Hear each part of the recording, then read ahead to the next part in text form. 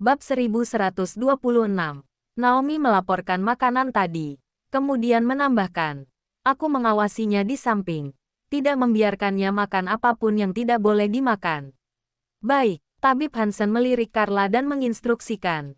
Kalian keluar dulu.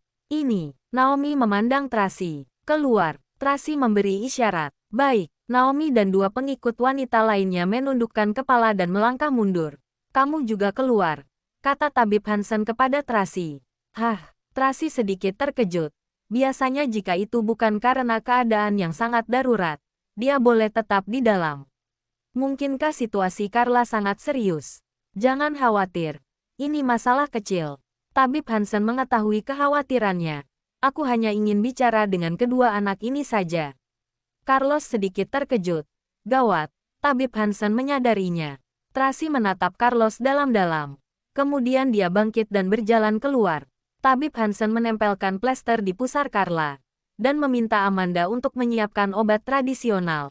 Kemudian berkata dengan santai, meskipun pil gula tidak akan memiliki efek samping yang besar, tapi kondisi Carla belum sepenuhnya pulih. Ketika memakannya pasti akan sangat tidak nyaman.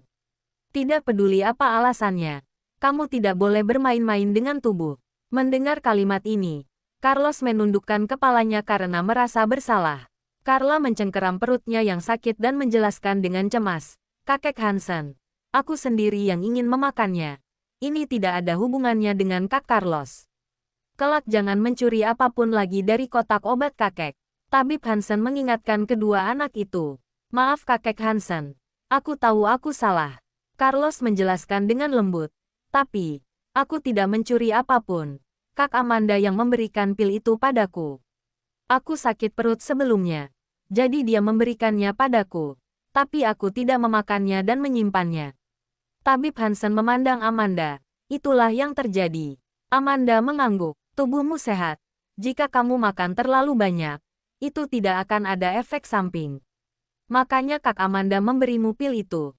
Tapi Carla tidak sama. Tabib Hansen mengingatkan dengan sungguh-sungguh. Hal yang sama. Tapi jika orang sehat dan orang sakit makan makanan yang sama, maka efek yang ditimbulkan akan berbeda. Kelak jangan bercanda dengan hal seperti ini lagi. Ya, aku mengerti. Carlos sangat malu. Dan buru-buru bertanya. Kakek Hansen, apa Carla baik-baik saja sekarang? Aku pikir dia hanya akan sakit perut. Tapi aku tidak menyangka reaksinya sebesar ini. Masalahnya tidak terlalu serius. Tapi masih perlu minum beberapa obat lagi. Tabib Hansen mengerutkan kening dan berkata, oke, kamu bisa keluar. Pasti mamimu sedang menunggu penjelasan darimu. Ya, Carlos mengangguk dan menatap Carla dengan rasa bersalah. Maaf, Carla. Tidak apa-apa, Kak Carlos. Jangan khawatir. Aku akan segera sembuh. Carla belum selesai bicara. Dan dia mulai muntah lagi. Carla, ayo, minum air dulu. Amanda buru-buru membantu Carla duduk dan membantunya minum air. Pergilah. Tabib Hansen mengelus kepala Carlos. Carlos berjalan keluar dari ruang medis. Tracy duduk di sofa dengan wajah cemberut dan menatapnya dengan mata yang rumit. Ikut mami ke ruang kerja. Carlos menundukkan kepalanya dan mengikutinya ke ruang kerja di lantai pertama. Daripada dibilang ruang kerja, lebih baik mengatakan ini adalah sebuah perpustakaan. Dengan lantai bertingkat tinggi, loteng bertingkat, rak buku kayu kelas atas yang langka, dan beberapa elemen megah. Bahkan vas bunga di sudut-sudut ruangan semuanya adalah barang antik yang langka. Ruang kerja ini memberikan orang lain rasa ketenangan. Seolah-olah hati akan tenang begitu masuk ke ruangan ini. Carlos mengamati ruang kerja itu secara seksama. Sampai terdengar suara Tracy. Dia baru kembali ke pikirannya. Kemarilah. Tracy duduk di meja, mengerutkan keningnya pada Carlos. Carlos berjalan mendekat, menundukkan kepalanya dan tidak berani berbicara. Mau mami yang bertanya? Atau kamu sendiri yang menjelaskannya? Tracy jarang sekali memperlakukan anak-anak dengan begitu serius. Tetapi kali ini masalahnya sangat besar. Dan dia sangat marah. Bab 1127. Carlos tidak berbicara. Dari kecil hingga besar, dia adalah anak yang paling cerdas dan paling bijaksana. Tidak peduli dalam hal belajar ataupun kehidupan, dia hampir sempurna. Jadi papi dan maminya tidak pernah mengkritiknya. Ini adalah pertama kalinya. Apa kamu memberi Carla obat, sehingga membuatnya muntah? Tracy langsung bertanya. Ya, Carlos mengangguk dengan jujur. Dari mana obat itu berasal? Tracy bertanya lagi. Beberapa hari yang lalu aku sakit perut. Kakak Amanda memeriksaku dan mengatakan bahwa aku mengalami gangguan pencernaan. Jadi dia memberikan pil dan mengatakan bahwa aku akan baik-baik saja setelah meminumnya. Tapi aku tidak meminumnya dan menyimpan pil itu. Carlos menjelaskan dengan jujur. Jadi, apa tujuanmu memberikan pil itu pada Carla hari ini? Nada bicara Tracy tanpa disadari mulai menjadi lebih berat. Kali ini, Carlos terdiam. Dia hanya menundukkan kepalanya dan tidak berbicara. Katakanlah, Tracy bicara dengan nada rendah. Carlos menggigil ketakutan. Tetapi dia masih tidak bicara. Tracy sedikit marah. Tetapi dia mencoba yang terbaik untuk menahan emosinya dan tidak melampiaskan amarahnya pada anaknya. Kamu tidak ingin mami menikahi Duke, maka dari itu kamu sengaja melakukan ini. Tracy bertanya dengan ragu. Apa itu benar? Benar. Carlos menundukkan kepalanya dan menjawab. Bukan hanya aku. Carla dan Charles juga tidak menginginkannya. Kenapa? Tracy bertanya sambil mengerutkan keningnya. Jika mami menyukai Paman Duke, kami tidak akan menghentikannya. Tapi mami bahkan tidak menyukainya. Carlos akhirnya menjawab dengan berani. Aku tidak tahu.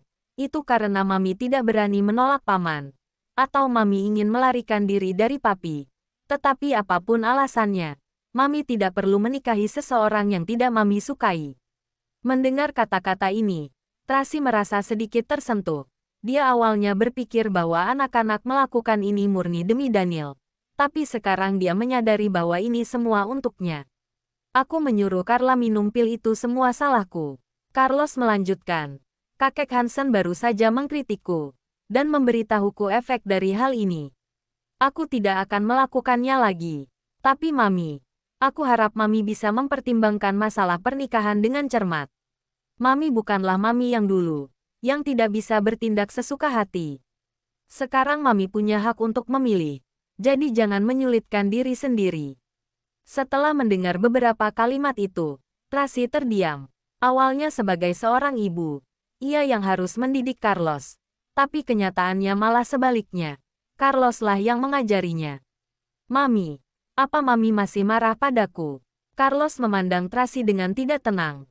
Tracy mengulurkan tangannya ke arahnya. Carlos berjalan dengan hati-hati. Dia memeluknya dan berkata dengan rasa bersalah. Bahkan jika ingin marah, mami akan marah pada diri sendiri. Mami telah membuatmu menanggung semua ini di usiamu yang masih muda. Mami, jangan berpikir seperti itu. Carlos berkata dengan lembut. Aku juga ingin menjadi anak yang acuh tak acuh. Tapi aku tidak bisa mengendalikan pikiranku. Tapi, juga tidak ada yang salah dengan ini. Aku akan menganggapnya sebagai dewasa lebih awal. Anak bodoh. Tracy memeluknya erat-erat. Dunia orang dewasa sangat rumit. Tidak sesederhana yang kamu pikirkan. Kamu tidak boleh ikut campur dalam hal-hal seperti ini lagi. Kamu harus percaya bahwa apapun keputusan yang telah mami buat, mami sudah mempertimbangkannya dengan cermat. Apa mami akan menikahi Paman Duke? Carlos tidak paham. Sekarang mami belum bisa memutuskannya. Tracy memegangi wajah kecilnya dan berkata dengan lembut. Tapi kamu harus percaya pada mami. Oke. Carlos tidak mengerti pikiran Tracy. Setidaknya dalam ruang lingkup pemahamannya, mami tidak memiliki pertimbangan. Tapi ketika dia melihat mata maminya dan kata, percaya, bergema di telinganya. Akhirnya dia menganggukkan kepalanya. Ya. Pintar. Tracy sangat lega. Istirahatlah. Mami akan pergi menemui paman. Sudah malam. Mami masih ingin menemuinya. Carlos sedikit gelisah. Ada beberapa hal yang harus mami bicarakan dengan paman secara pribadi. Tracy dengan lembut mendorong punggungnya. Pergilah. Carlos pergi. Tracy melihat punggungnya yang kecil. Dan ekspresinya berangsur-angsur menjadi sedih. Bab 1128. Jika Tracy bisa memilih, dia tidak ingin menikah dengan siapapun. Dia hanya ingin membesarkan anak-anaknya seorang diri dan menjalani kehidupan yang damai. Tetapi sekarang, dia menyadari bahwa situasinya telah berubah. Kakaknya yang sangat kuat pun rupanya bisa terluka. Tidak heran begitu banyak hal yang terjadi di kota Bunaken beberapa waktu lalu. Tapi kakaknya tidak menyusulnya ke sana. Ternyata sesuatu terjadi padanya. Lorenzo tidak pernah mengungkitnya. Tidak ingin membuatnya khawatir. Semakin memikirkannya, Tracy merasa semakin gelisah. Dia segera mengajak Paula dan dua pengawalnya mengunjungi Lorenzo. Salju telah berhenti turun. Dan di luar masih dingin. Mobil keluarga Moore melaju cepat di atas salju, dan dengan cepat tiba di kastil Lorenzo. Lampu telah dipadamkan. Para tamu telah beristirahat dan hanya pengawal yang bertugas yang masih ditempatkan untuk berjaga. Tracy turun dari mobil, dan pengawal segera menyambutnya. Dia memberi isyarat untuk memberitahu semua orang untuk diam. Dia hanya ingin datang menemui kakaknya dengan tenang. Tracy berjalan cepat ke ruang kerja di lantai 2. Dia tahu bahwa saat ini, kakaknya pasti sedang mengurus dokumen di sana. Pengawal yang berdiri di dekat pintu memberi hormat dan hendak melapor. Tapi Tracy segera menghentikannya. Kemudian dengan lembut mendorong pintu ruang kerja. Tapi, melihat pemandangan di depannya, Tracy terkejut. Lorenzo duduk di sofa membelakanginya. Ada bekas luka panjang di punggungnya yang berotot, membuat orang yang melihatnya jadi terkejut. Dokter mengganti perban pada lukanya. Setiap kali disentuh, otot-ototnya gemetar.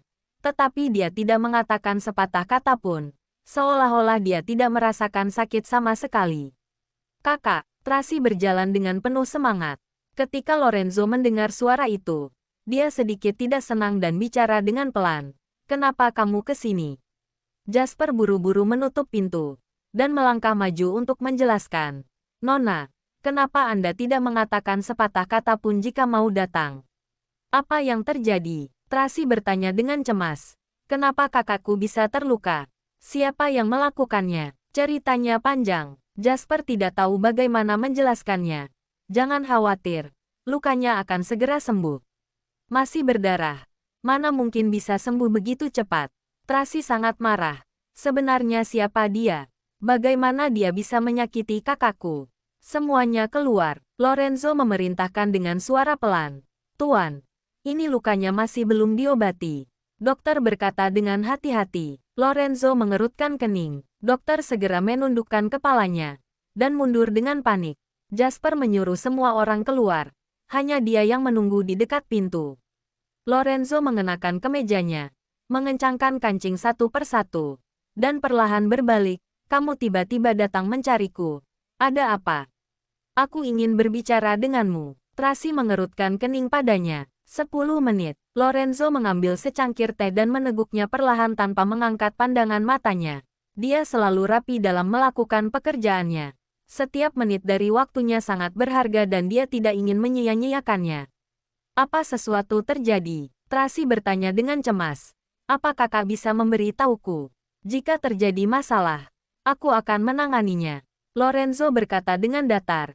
Jalani saja hidupmu sendiri dengan baik. Tapi, jika kamu ingin membicarakan masalah ini, lebih baik pergi saja. Lorenzo sama sekali tidak ingin berbicara dengannya. Jadi dia menegur dengan tidak senang. Kamu orang yang penuh keraguan. Sangat sulit untuk bertanggung jawab terhadap masalah besar. Sekarang kamu masih mengkhawatirkan hal-hal yang tidak penting ini. Apa yang harus dilakukan dan apa yang tidak boleh dilakukan. Sampai saat ini pun kamu masih tidak mengerti. Aku mengerti. Kamu tidak mengerti. Lorenzo memotongnya dan berkata dengan dingin. Jika kamu mengerti, kamu tidak akan membawa anakmu kembali. Jika kamu mengerti, kamu tidak akan menolak lamaran keluarga Louis. Kakak, aku yang melahirkan anak-anak. Aku tidak bisa mengabaikan mereka. Tracy tidak akan pernah goyah jika berkaitan dengan anak. Meskipun Daniel merupakan seorang bajingan, tapi dia sangat bertanggung jawab pada anak-anak. Mereka tinggal di keluarga Wollens. Di masa depan akan mewarisi keluarga Wollens. Mereka memiliki masa depan yang cerah. Bab 1129. Tentu saja, tidak masalah jika kamu membawa anak-anakmu kembali. Mereka adalah anak-anakmu dan juga saudara denganku. Aku tidak akan memperlakukan mereka dengan buruk. Tapi kamu membawa anak itu kembali dan meninggalkan satu lagi di rumah keluarga Wollens. Dengan begini, kamu tidak bisa sepenuhnya memutuskan hubungan dengan Daniel. Kelak, ketika dia datang ke negara Emron untuk melihat anak itu, kamu tidak dapat menolak permohonan anak itu, dan akan terus berkelanjutan seperti itu.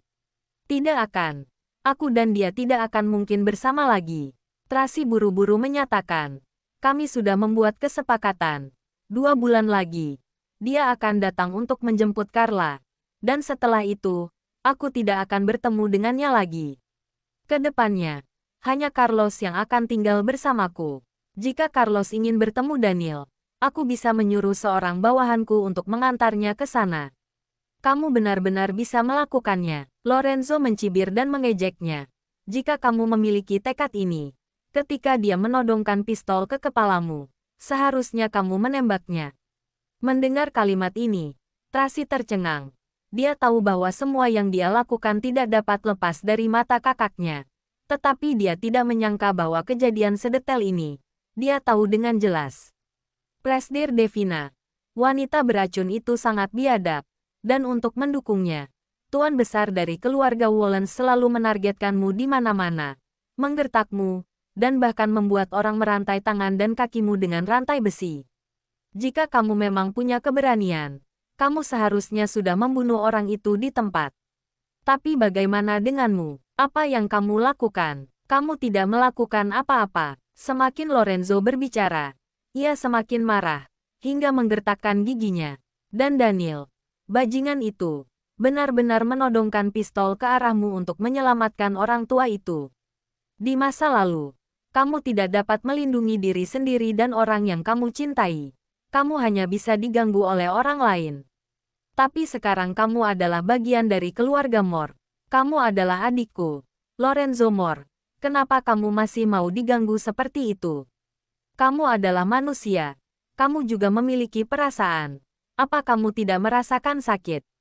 Malah membawa anak itu ke rumah sakit untuk bertemu dengan lelaki tua itu. Masih berbagi meja untuk makan dengan Daniel si bajingan itu. Dan itu membuatnya enggan untuk berpisah.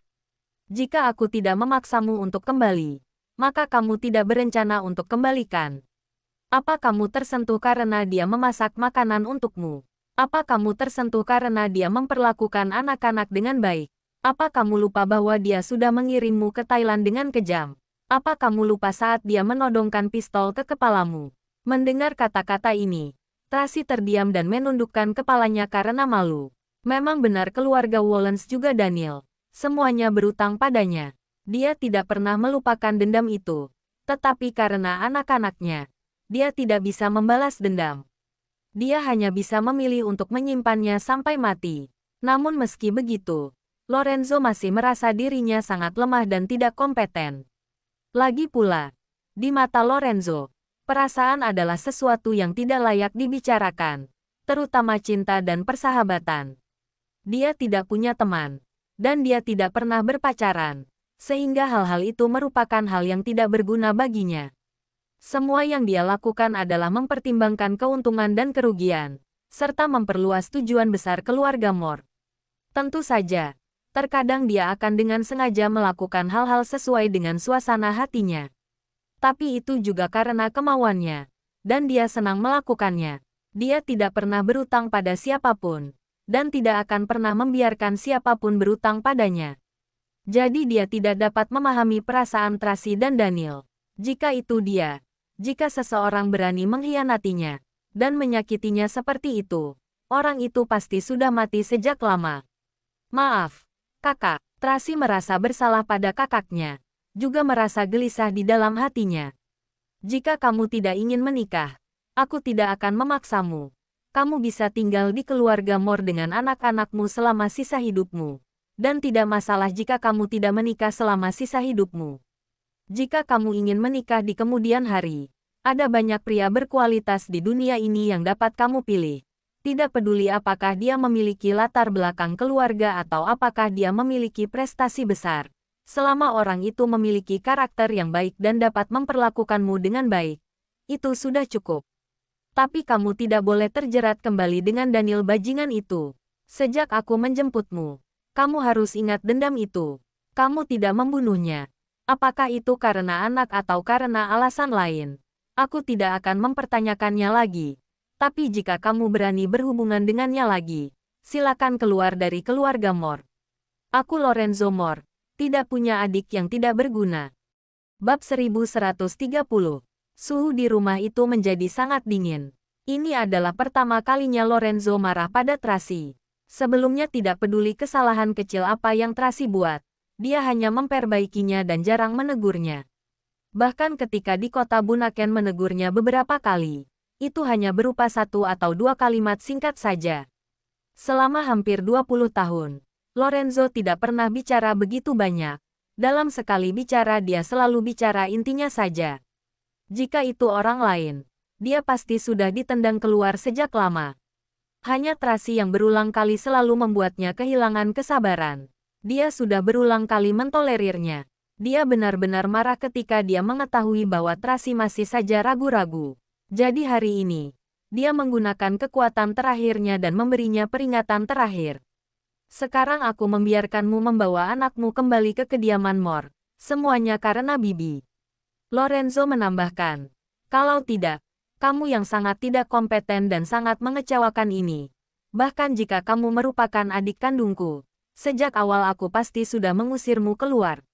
Maaf, selain kata ini, Tracy tidak tahu harus berkata apa lagi. Dia menundukkan kepalanya dan tidak berani melihatnya. Aku akan memberimu 3 hari untuk memikirkannya. Setelah 3 hari, kamu harus memberikan jawaban yang jelas pada keluarga Louis. Lorenzo memberi perintah dengan tegas. Dengar tidak? Iya, Tracy mengangguk. Lorenzo menarik pandangannya dan membuat isyarat dengan tangannya, menyuruhnya keluar. Tracy pergi tanpa berkata apa-apa. Jasper mengantarnya keluar, berjalan menuruni tangga spiral. Jasper berkata dengan pelan, "Nona, sebenarnya Tuan benar-benar peduli padamu." Ya, Tracy mengangguk dengan suara pelan. Aku tahu. Dia sungguh ingin membantuku. Menyuruhku memilih.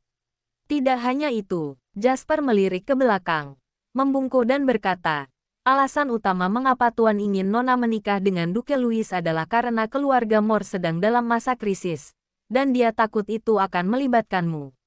Apa? Tracy terkejut. Apa yang terjadi? Set, Jasper buru-buru memberi isyarat, agar tidak membangunkan yang lain. Sebenarnya apa yang terjadi? Tracy memelankan suaranya dan bertanya dengan cemas. Ada beberapa hal yang lebih baik jika Nona tidak mengetahuinya. Jasper mengerutkan kening dan berkata, Tuan tidak pernah mengizinkanmu untuk berpartisipasi dalam dendam keluarga dan perkelahian grup. Dia hanya tidak ingin Nona ikut terlibat. Dalam 2 tahun terakhir, Tuan terus mengirim Nona untuk mengurus pasar di luar negeri. Dan dia juga telah membuka pintu bisnis di Prancis untuk Anda. Bahkan jika proyek Ocean Wild Kota Bunaken gagal, tapi proyek gedung olahraga Prancis masih bisa berjalan dengan lancar. Jika Nona bersedia menikahi Duke Louis, itu akan sangat bagus sekali. Dengan begitu, Nona akan memiliki tempat perlindungan yang baik di masa depan. Jadi Tuan tidak perlu khawatir lagi. Tapi jika Nona tidak bersedia, dia juga akan tetap mencarikan jalan keluar untuk Nona. Tuan memang sangat keras pada siapapun, tapi tidak pada Nona.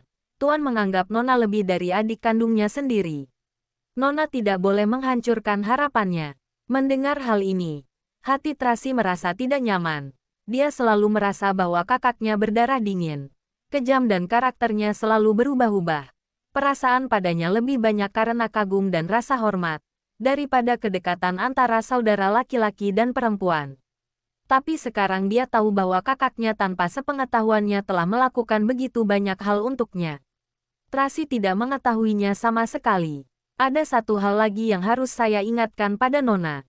Jasper mengingatkan dengan sungguh-sungguh. Tuan benar-benar membenci Daniel Wallens. Jika melihatnya lagi, Tuan mungkin akan membunuhnya. Nona sebaiknya jangan membiarkannya muncul di negara Emron. Jika tidak, akibatnya tidak terbayangkan. Aku mengerti. Terima kasih telah mengingatkanku. Tracy sangat berterima kasih. Tapi kakakku, Tuan tidak ingin Nona ikut campur. Jadi Nona tidak perlu memperdulikannya. Jasper sangat bersikukuh. Sebenarnya, Nona juga tidak bisa mengendalikannya. Jadi lebih baik Nona tangani urusan Nona sendiri dengan tenang. Baiklah, Tracy mengangguk tak berdaya dan berbalik pergi. Nona, Jasper tiba-tiba menghentikannya lagi. Ya, Tracy menghentikan langkahnya dan berbalik menatapnya.